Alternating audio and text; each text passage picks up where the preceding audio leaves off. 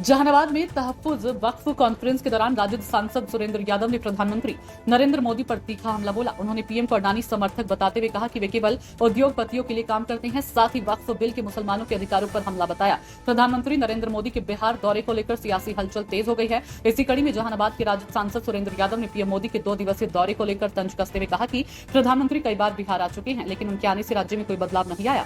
राजद सांसद ने आरोप लगाया कि प्रधानमंत्री मोदी देश को बरगलाना जानते हैं और आम लोगों को कंगाल बनाकर रखना चाहते हैं। उन्होंने कहा कि मोदी सिर्फ एक व्यक्ति के लिए काम करते हैं जिसका नाम अडानी है। मोदी जी पूरे देश पर कब्जा कर अडानी का पेट भरना चाहते हैं। दरअसल सुरेंद्र यादव जहानाबाद के पीजी रोड स्थित ईदगाह में तहफ्फुज वक्फ कॉन्फ्रेंस में शिरकत करने पहुंचे थे। इस दौरान उन्होंने केंद्र की मोदी सरकार को कटघरे में खड़ा करते हुए कहा कि वक्फ की संपत्ति पर मुसलमानों का अधिकार है, जिसे केंद्र सरकार हड़पना चाहती है।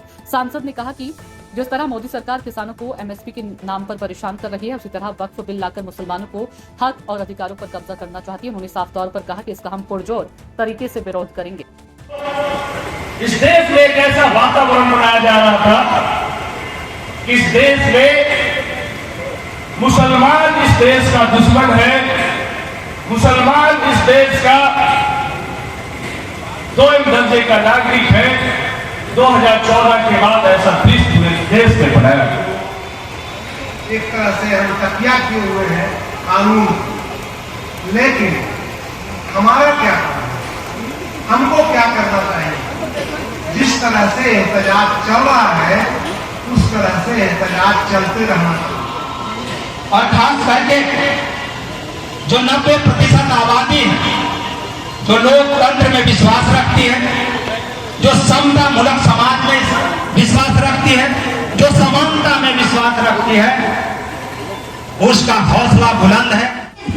वक्फ बिल के खिलाफ कई बार आवाज उठी है। हमारे नेता प्रतिपक्ष तेजस्वी यादव ने भी गगनबाग में जो धरना हुआ था उसमें उन्होंने बोला था कि हम लोग वक्फ बिल के खिलाफ है, हमारी सत्ता रहे या ना रहे, हम लोग वक्फ को पास नहीं। निराकरण की बात आई है जिसने भारत के मस्तक को गर्व से ऊंचा किया, उसके खिलाफ जिस तरीके की भाषा का प्रयोग हुआ है वो अपने आप में तमाम बातों को जाहिर करता है कि कौन किसका हितैषी है, महिलाओं का कितना सम्मान है और देश किस मिजाज से किस ओर जा रहा है।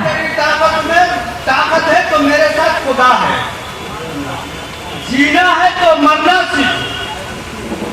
नौजवान भाई दोस्तों, आपने सुन के जीना है तो मरना सीखे।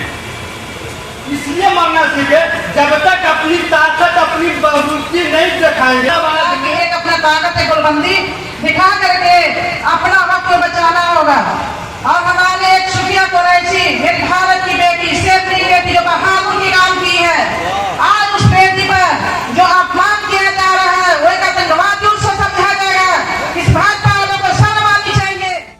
बताइए कितनी गलाने वाली सरकार है कि जो बड़ा दिल वाला होगा, बहुत ही सब्र करने वाला व्यक्ति होगा, जो दान देकर के इतना बड़ा वक्त बनाए हैं, जो देश की आज भी एक बहुत बड़ा एसेट। कब्रिस्तान सब छीना जाएगा।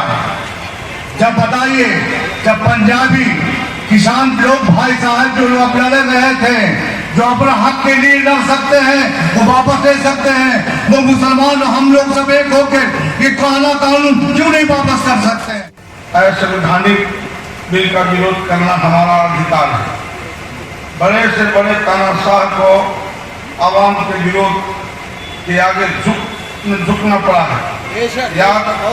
याद होगा इसी सरकार और सदन के पास हुआ कृषि कानून बिल को भी किसानों के दबाव में सरकार को वापस लेना पड़ा।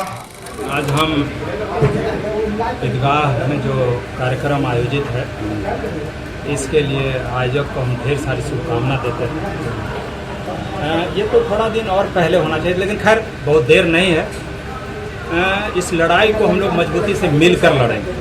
यहाँ कोई मतलब ये वक्फ का मतलब सिर्फ मुसलमानों के लिए नहीं है।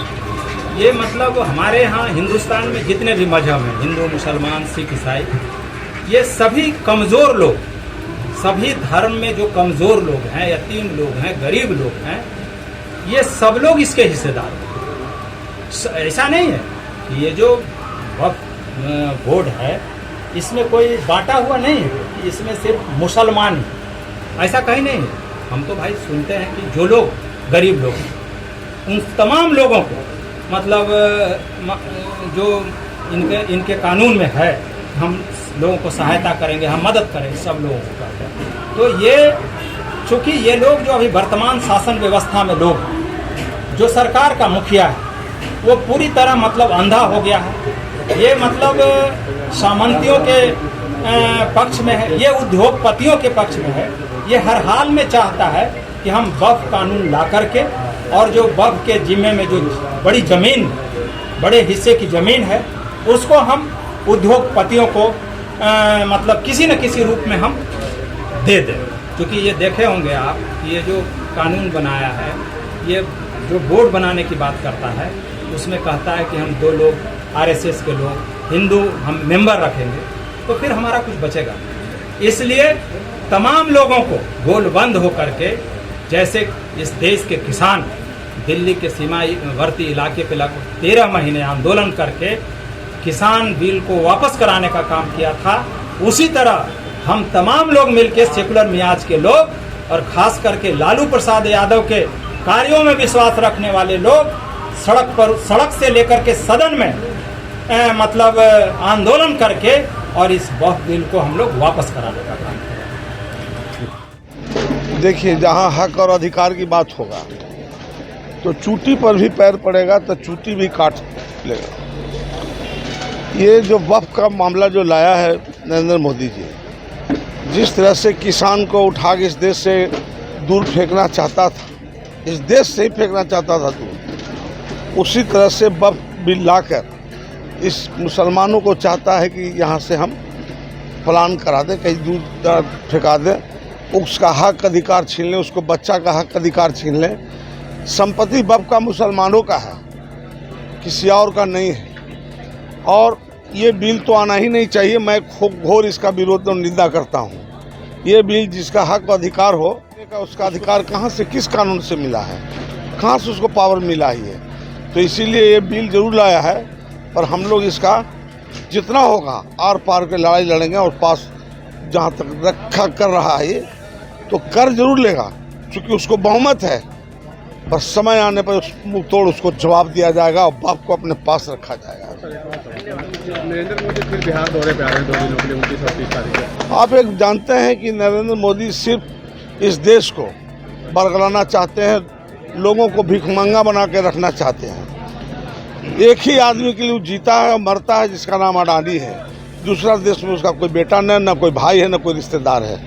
इसलिए किसी तरह से इस मुल्क पर पूरा उसका कब्जा हो, और कब्जा से अपना हुकूमत करके यह देश को पूरा लूट कर अडानी को पेट भरना चाहता है। बिहार दौरे पे आ रहे हैं 2 दिन के लिए। तो बिहार इस देश से अलग है क्या? बिहार देश से अलग है क्या? बहुत बार आए हैं, बहुत बार आए हैं। इस बार जो चुनाव में उसको जवाब मिलेगा, वह फिर पलट के बिहार नहीं आवेगा, सुरेंद्र यादव कहता है।